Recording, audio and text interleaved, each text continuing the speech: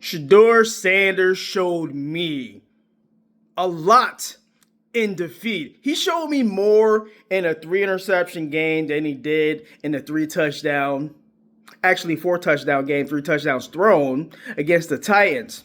Why do I say that? Well, you learn more about a quarterback and their failures. You learn more about a quarterback in their bad games than their good games. You know how I know that's true? Because people are piling on Shedeur's bad game and not really giving him his proper due for that good game. Because all you heard with when he had a good game was it was against the Titans. There was always a but. It wasn't just, hey, Shedeur played a hell of a game. It was, yeah, but this. Yeah, but that. Yeah, but this. Yeah, but that. But when it came to Sunday's performance, it's unequivocal. It's like, well, I mean, he can be the franchise quarterback. I mean, look at the QBR. The QBR is the tell-all, be-all of finding out if a quarterback is a good quarterback or not. Well, his EPA is this. It's 44. His last is this. All of these nerd stats. What did you see in the game? What did your eyeballs tell you? My eyes work. And my eyes said that Shedeur didn't quit on his team.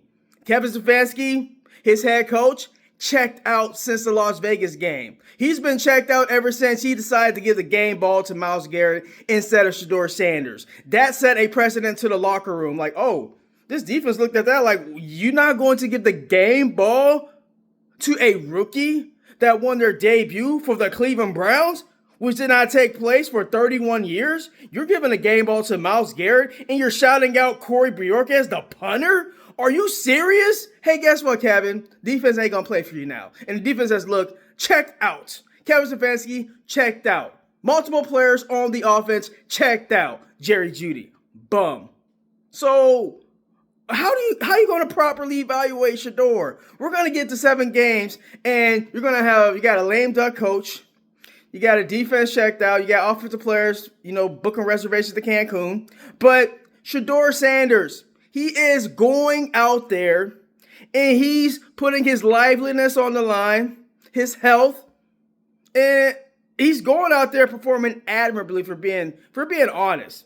When you have the 32nd ranked offensive line and then you have the 32nd ranked receiving core. But I hear people, they're like, well, he had a long time to throw.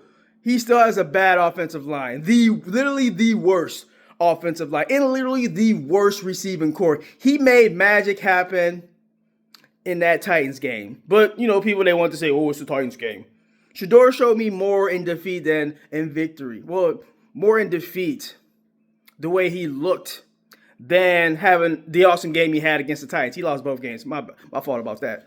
Why? Because he showed, even though the Browns did not score on that last drive, if you go back and watch that game, Chicago is playing defense still. I don't want to hear garbage time stats because Chicago at the end of the game, they were not trying to give up a touchdown to Shedeur.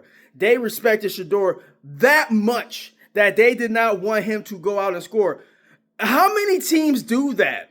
They still playing tough against a rookie quarterback. They could have called off the dogs. They could have been like, all right, man, we'll let you score. Man, if that would have been Dylan, that defense wouldn't have been as tough as it was for that last drive. He would have scored a touchdown because the defense would have been playing prevent. The Chicago Bears were still sending blitzes. They were still having 8 stacked at the line.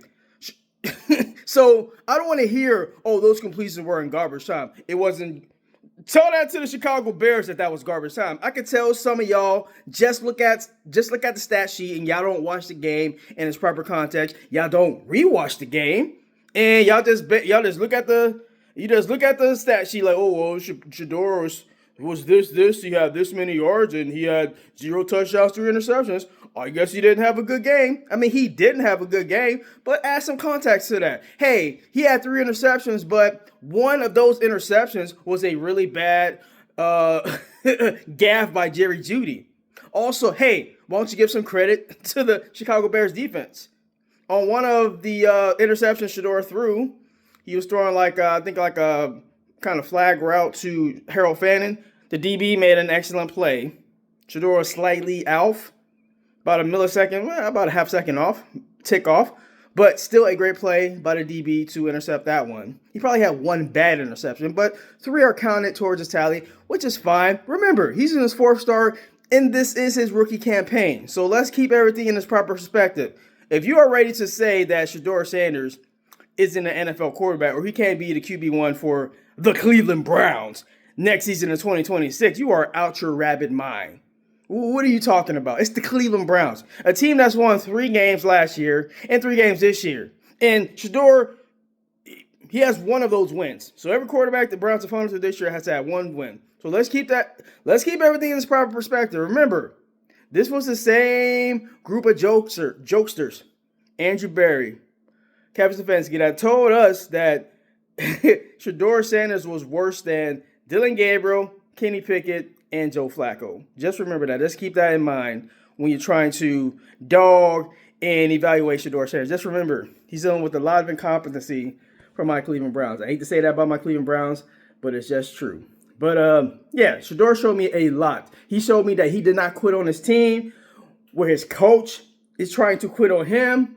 His coach is quiet quitting for a long time now, but Shedeur has shown 0 quit, 0 give up in this game, and that looks very good. That's why I'm confident he could be the QB1 going into 2026 for my Cleveland Browns under a new regime. All right, KSK rolling out. No quit on KSK, man. I'm going for 200 subscribers. Help me out. Like and subscribe this video. Got my Christmas tree. That's a real Christmas tree from the Mount Shasta area. All right, rolling out. Peace.